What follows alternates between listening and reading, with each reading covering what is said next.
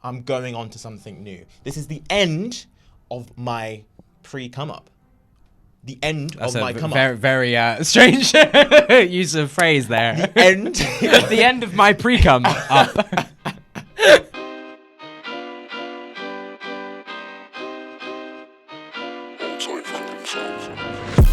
Yo, what is up, YouTube? What is up in the now extra fans? Guess what? It is Daboothe and Maxx doing Will I Repeat? And yes, that's right. For people that are watching on YouTube, we're doing it slightly different. We have microphones in our hand and we have a nice backdrop. I feel like more carpet.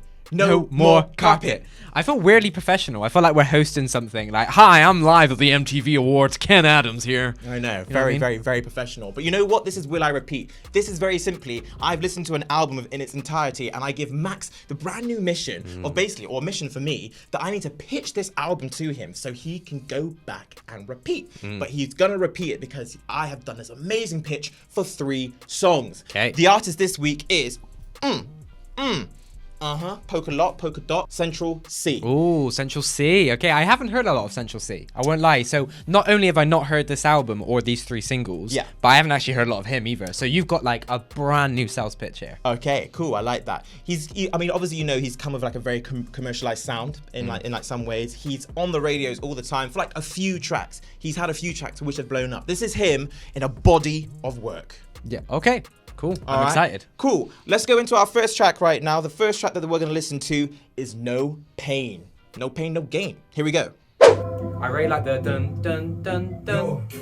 I'm delicate, but she got a wig on, I'm pulling out hair anytime she got braids. For life, my family first. My big mom's mom anytime I got paid.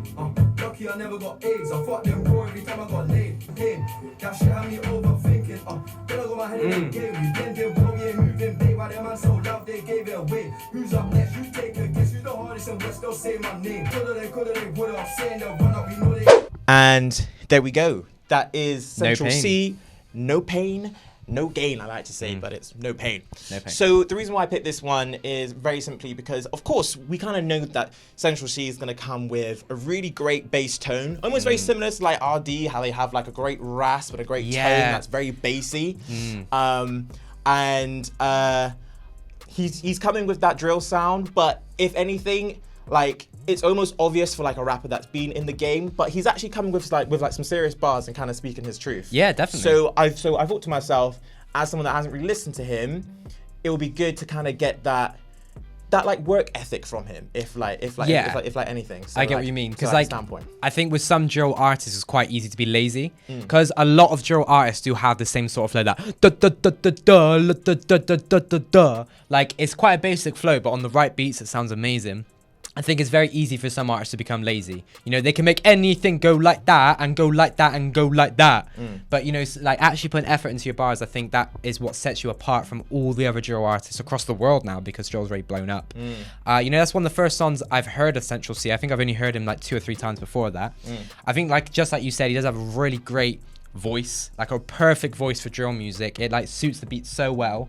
And like I said, drill can be quite of like a wash genre. There's like a lot of it, and like a lot of people do sound similar, but that was unique enough that was bopping my head. And if I had to repeat that song, I definitely would. I would repeat that song. I'd give that song a 4 out of 5, because that's drill done well. You took my 2 questions literally from you. Will you repeat? Done. And what you're gonna rate it?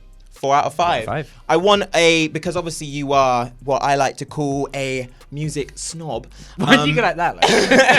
Like? So because it is a 4 out of 5, what would you have wanted to see? As you know, just for any context or anyone, because like Maxx has studied music, he even raps a bit himself. What would you have wanted to see to make this a 5 out of 5 track? I think for me, like, just a change in the flow a little bit. Like, I know the flow did change slightly throughout, but it was still very much basic, where the punchline at the end of the lyric landed on that first beat, like most drill music does and a lot of UK rappers do. I think because it's clear that he does know how to flow and he does know how to rap on a track, maybe it would be nice in that in like a second verse, or if there was like, you know, a switch up at the end where he just changes it. You know, like a lot of American artists, like I know it's quite controversial, but I think a lot of American artists have actually quite good stuff on drill because they brought a different element to it. So would it be nice if we had like that flow that he was doing throughout that's making you bop your head and doing the screw face, but then halfway through maybe he like changed it up with like a triplet flow or something like that would have made it a 5 out of 5. But still, there's nothing wrong with this track. Yeah. All right, cool. I'm gonna move on to the next one. This track that we're gonna be playing right now. It's a certified banger. I don't know if you know it because you say you don't listen to a lot of him. This is Obsessed With You. She doing lashes, something cosmetic. They shot, she read it. They slid in the DM with something generic. She don't even like going out, got a new outfit, but nowhere to wear it. She thinks I don't know if if you see the name Central Cee, you instantly want to click on it. But I'm sure you probably heard this one in passing within like the radio or something I think I've definitely heard it in like in an Uber, and I think I've definitely heard it on the radio and stuff. And I remember it making like an impression on me. Now that I think about it, I don't really know why I didn't go back to it. I think it was just one of those things. Yeah. So would you put this in like a drill niche, firstly, just before we carry on? I would, yeah, just because it got that da in the percussion. Yeah. So I'm like glad you said that, because in terms of it being a drill track, I think this is almost the new era of commercialized drill tracks, which is where they're sampling or remixing stuff from like a different genre. So I mean, I can't off the top of my head know where that sample has come from with the girl singing, but I've definitely heard it before. I've definitely heard it in like a different track before. RD's done it loads. I'm trying to think of that song that he did. Say my name. That Flowers. One. Flowers, yeah. And you got like Heady One with Ain't It Different, and it's like 100%. Yeah. So this is basically like the new era of like drill, because drill in the heavy 808s and the fast hi-hats. Yeah. It's got very boring. It's got very saturated. Very like So like now they're like, how can I mix it in? But this is him almost like a peak, really. The like sample was very much the body of the song in terms of hooks and stuff, but he's doing well. So I thought to myself, even though you probably heard it before, it's good to know that he's still got that big banger there. I like it because, like you said, drill was a very saturated market, and one thing I had concern about Central Cee's album when you like said we were going to listen to it is that it's a drill album, and I've only listened to like a few drill albums, and they could get very boring very quickly, because when you get to the fourth song, you're like, this is just the same thing, track after track after track. They're just rewriting the words. But it's nice to see, and I guess it kind of changes my perception a little bit of drill artists, that like the genre is drill, and it's about whether it's more commercial drill track or more like in your feelings talking. Like the No Pain one, I feel like we're hearing more about an experience, and it's more like, for his fans. But then like Obsessed With You, I can see why that has a commercial element, and I know that's been really big on TikTok recently, hasn't it? Like, remixing random songs and just adding like drums to it. And I think in a lot of cases it doesn't work, and I think a lot of TikTok producers need to move away from that because they'll sample me going like, hi, my name is Maxx, and he'd be like, hi, my name is Maxx. Some of them work out great, some of them don't, but I think this is an example of it working out quite well. One thing I did like about it as well, which I know is quite controversial, but I liked that it was quite short.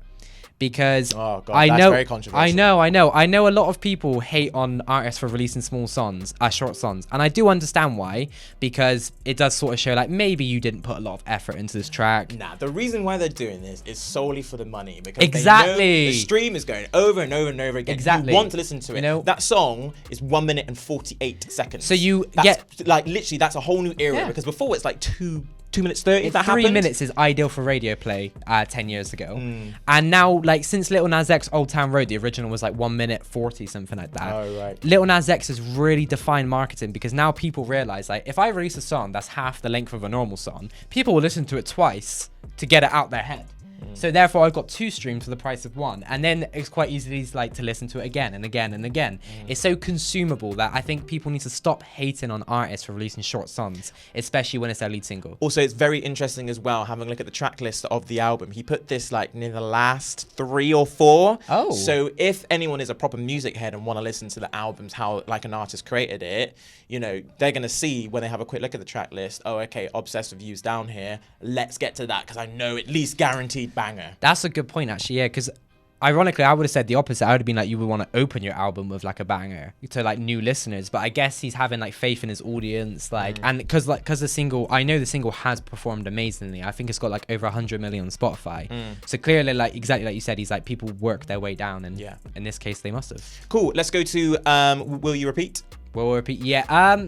I will repeat. Yeah. I will repeat this one, but I didn't love it as much as I liked No Pain. Okay. So I'm gonna rate this one a 3.5. All right, very interesting. Let's go to our final track. So one thing that I personally like with any sort of album is the intro and the outro. So I didn't decide to do the intro. I decided to do the outro of the album, and that's because I just very simply liked the name of it, End of the Beginning. Oh, okay, nice. Cool, here we go. I ain't got a vaccine, still on the street like I don't mind getting the virus. We've been through worse. Indeed. End of the Beginning, Central Cee. So I picked that one because I felt like, for me, talking about the whole entire album, he covers topics which I have heard many times before, but he's put his spin on it. But I feel like End of the Beginning is such a unique way of ending an album, and especially because he is kind of new within the popular like market at like the moment. It's like, okay, so like it's almost like I've made this album, and yes, like it's like me trying to blow up. Yeah. But get ready for my next season. So you think my like next haymakers. the outro is him basically being like the fans that I've made from this album, stay tuned. 100%. For his like his core fan base, like I'm going on to something new. This is the end of my pre-come up. The end of my come up. Very strange use of phrase there. The end. The end of my pre-come up. The end of my come up. The end of my come up. Yeah, he's like here now. Yeah. The end of my pre-come up. So what do you want to know first? Will I repeat or my thoughts? I want to know your thoughts. I mean, I really liked how much it switched up. I really wasn't expecting it, because when it just was that piano and it's an outro, you know, most outros don't tend to be too commercial. They tend to be like humble, more humble in your feelings, thanking people for listening, stuff like that. Yeah. So I kind of expected him to just go with the piano, maybe have like a snare drum come in every now and then, and just have it like that. And that's why I was expecting it to go. But then all of a sudden it just like kicked in, and we had this like choir in the background. I feel like his flow was still somewhat similar to the other songs, but was more unique in this one. He did have some variations in it. I liked some of his punchlines. There's a bit more lyrical content. Bit more lyrical content, exactly. I felt like he was describing a story. Obviously, there was a bar that I think would divide a lot of people, where he says like he's like not vaccinated, but he's still in the streets. Like he's gonna give the virus or something like that. Yeah, something like that. No opinions, you know, on this channel, but like I think that will definitely split people, which is, I think, a bit of a risky move, because if you've made an album trying to pull people in as like first time listeners to get a fan base, it's then quite a risky move to then in the outro do something that might make half the audience walk away. I don't think it's risky. I feel like his like niche and his like market is like young people, and the like biggest like group of people that haven't actually taken the vaccine is under 30s. Yeah, that's is true. People that which are like younger. So if anything, he could like really connect with people, especially from someone that is in a place of influence. Not that he's influencing people to like go do that. Obviously, people need to make their own choice, but yet there's someone that they can like relate to, like the guy that played tennis. I can't remember his name. Djokovic. Yeah. And you know, I'm pretty sure there's people which have been like, oh, why did you do that? Blah, blah, blah. Or people were even convinced, oh my goodness, he's like a sports person, so he hasn't done it. Blah blah blah. But yet there's people that probably made the same choices due to whatever reason, and they're like, okay, there are other people that are sharing the same thought path that is me and have the confidence to do it. So it's very, I feel like it's not so much of a bad move, because I'm sure his management and team spoke about it. Yeah. And I feel like because his market are people that are maybe even under the age of 25, you know, and that is the demographic of people which are struggling to take it or don't want to take it for whatever reason. So I feel like that's maybe why it was even allowed. I don't know why, but I'm still like struggling to respond to when artists talk about COVID, because like it feels like this surreal thing that happened, that whenever I hear an artist talk about it in a song, even if it's just like a bar, like when Eminem's like, they say these bars are like COVID, you get them right off the bat. Like, you know, it's so weird for me, and I always get like talk back, like when he said that, the virus, I was like, oh yeah, God, like this is like the musicians live in the real world too.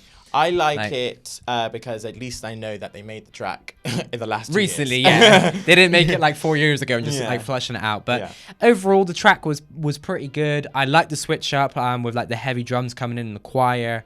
I think it was strong for an outro. I like that he actually said this is the end of the beginning. I understand the tone he's trying to set for the outro. I think maybe I would have liked it if I would have got more from the tone of the rest of the album from it. Because some outros are really good at like sort of covering like, oh, this is what we've done. Like, you should go back and listen again. But like this was like a bit more of like a beginning. It felt a bit more like he's like, okay, this is like the intro to my next album. Will you repeat? Biggest question. Will you repeat this song?